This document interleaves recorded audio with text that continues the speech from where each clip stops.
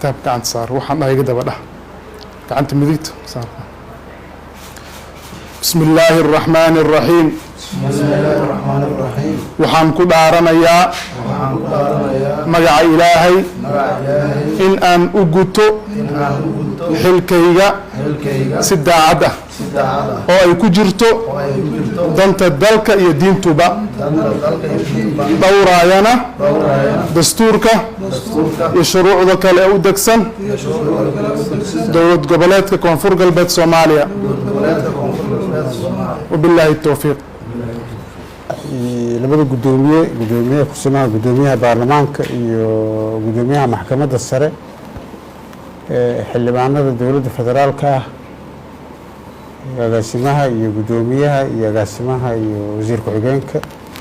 Assalaamu calaykum waraxmatullaahi wabarakaatu. marka ugu horeyso mas-uuliyiinta xilalka wasiirada loo magacaabay la dhaariyey waxaan leeyahay hambalyo.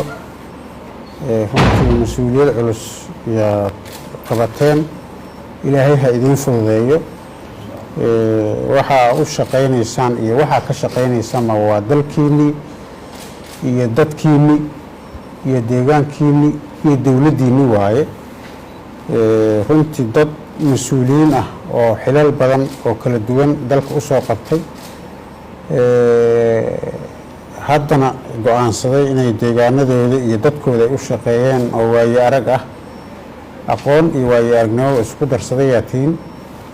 waxaan aada ugu faraxsanahay oon aada u aaminsanahay mas-uuliyadda lidiin dhiibay inaad sida lainkugu dhiibaa u gudan doontaan dalkiina iyo dadkiinana u adeegi doontaan.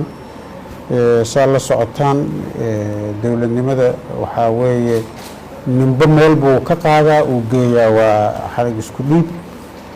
runtii waxaad u tegi doontaan wasaarado shaqo fiican laga soo qabtay dhisan wasiiradii in ka soo horreeyay ay ka soo shaqeeyeen xarumihii dowladda ay ku shaqaynaysay leh xafiisyo loo dhisay leh shaqaalo leh hay-adihii ay la shaqaynayeen oo dhan ay diyaarsan yihiin yaa u tegi doontaan.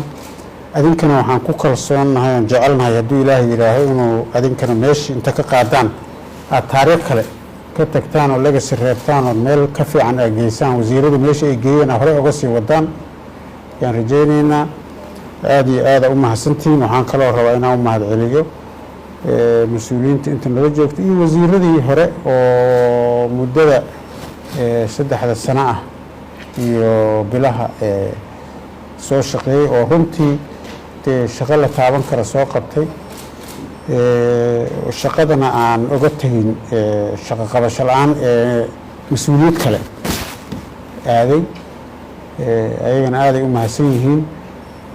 madaxda kale oo nagala soo qayb gashay munaasabadana waa mahadsan yihiin. asalaamu calaykum waraxmatullaahi wabarakaatu.